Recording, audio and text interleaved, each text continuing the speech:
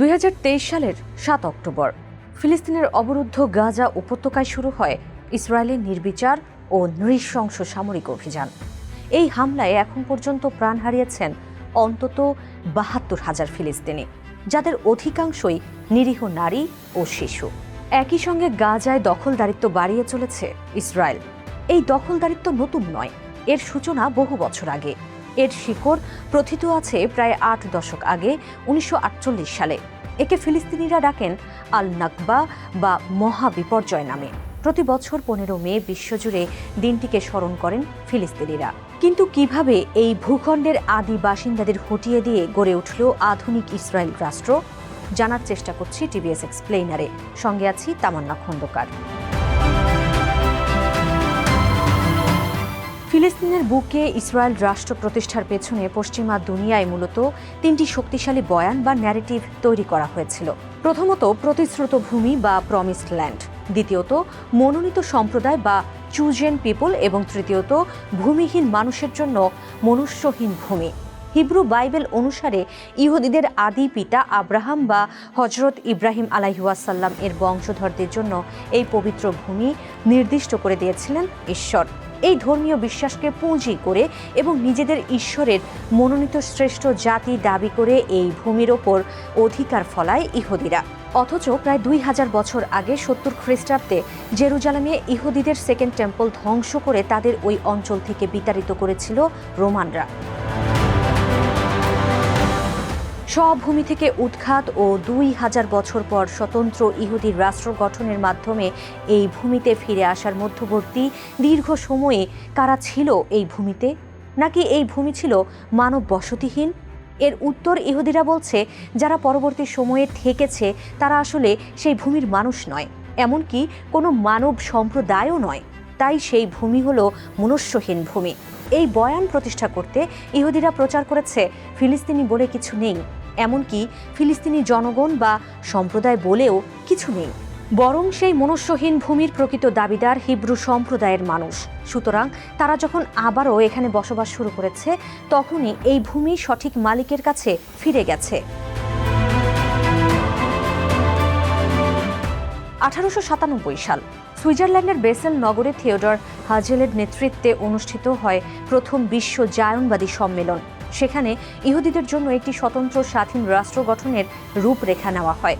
জায়নবাদ মূলত ছিল বিশ্বজুড়ে ছড়িয়ে থাকা ইহুদিদের ফিলিস্তিনের মাটিতে ফিরিয়ে এনে একটি সার্বভৌম রাষ্ট্র গঠনের রাজনৈতিক আন্দোলন। প্রথম বিশ্বযুদ্ধের পর অটোমান বা ওসমানীয় সাম্রাজ্যের পতন ঘটলে ফিলিস্তিনের শাসনভার চলে যায় ব্রিটেনের হাতে। আর ফিলিস্তিনে ইহুদি রাষ্ট্র পত্তনে মূল খলনায়কের ভূমিকা পালন করে ব্রিটিশরা।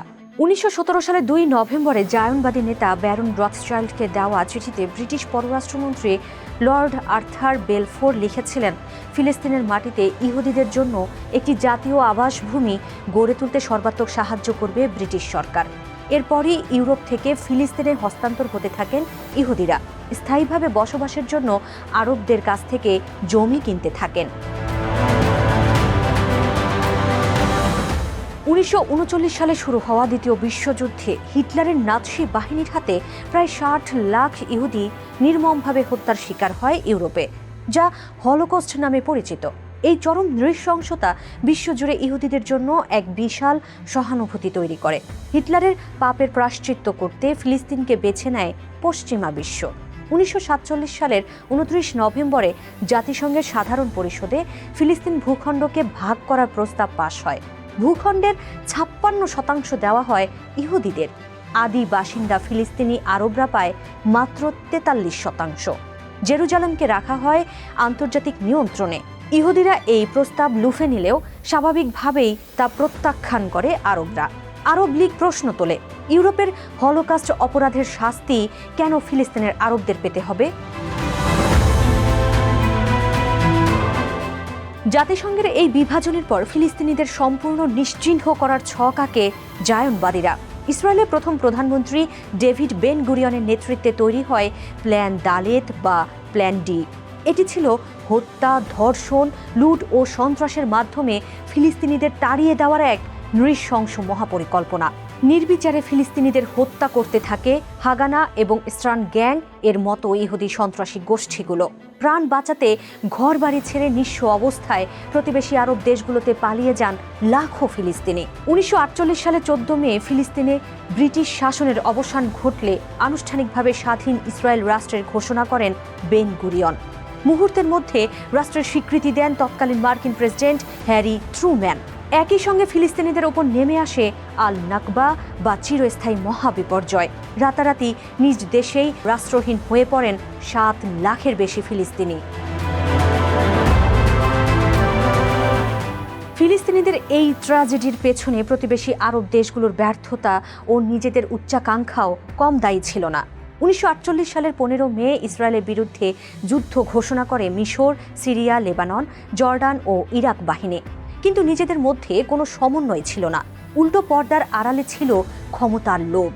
জায়নবাদী নেতা গোল্ডা মেয়ারের সঙ্গে গোপন চুক্তি করেছিলেন জর্ডানের বাদশাহ আবদুল্লাহর, যেখানে বলা হয়েছিল পূর্ব জেরুজালেম ও পশ্চিম তীর ভাগাভাগির শর্তে ইহুদি রাষ্ট্র গঠনে বাধা দেবে না জর্ডান। ফলে প্রথম আরব ইসরায়েল যুদ্ধে পশ্চিম তীরের দখল পায় জর্ডান এবং গাজা উপত্যকা দখল করে মিশর। আরব শাসকদের ভূ রাজনীতির গ্যারাকলে পিষ্ট হয় ফিলিস্তিনিদের স্বাধীনতার স্বপ্ন। আর 1967 সালে 6 দিনের যুদ্ধে গাজা ও পশ্চিম তীর দখলে নেয় ইসরায়েল। গত 7 দশকে যুক্তরাষ্ট্রের অন্ধ সমর্থনে বিশ্বের অন্যতম প্রধান সামরিক ও পারমাণবিক শক্তিতে পরিণত হয় ইসরায়েল। এই সময়ের মধ্যে অন্তত 4টি বড় যুদ্ধে পরাজিত হয়েছিল আরবরা। প্রযুক্তি, বিজ্ঞান, কৃষিতেও বেশ এগিয়েছে ইসরায়েল। কিন্তু তথাকথিত আধুনিকতার উল্টো পিঠে রয়েছে ফিলিস্তিনিদের কান্না। ইসরায়েলি সেনার বুটের নিচে অবরুদ্ধ পশ্চিম তীরের ফিলিস্তিনিরা বছরের পর বছর ধরে বিশ্বের বৃহত্তম উন্মুক্ত কারাগারে দিন কাটাচ্ছেন গাজার মানুষ। ফিলিস্তিনের রাজনৈতিক নেতৃত্ব দ্বিধা বিভক্ত। ফিলিস্তিনকে ভুলে ইসরায়েলের সঙ্গে সম্পর্ক বাড়াতে ব্যস্ত আরব বিশ্ব। কার্যকর বৈশ্বিক সহযোগিতা ছাড়াই বুক ভরা সাহস আর প্রতিরোধ সংগ্রামকে সঙ্গী করে টিকে আছেন ফিলিস্তিনিরা। 1948 সালে শুরু হওয়া উচ্ছেদ আর কান্নার গল্প শেষ হয়নি 2026 সালে। ফিলিস্তিনিদের নাকবা বা মহাবিপর্যয় আজও চলমান।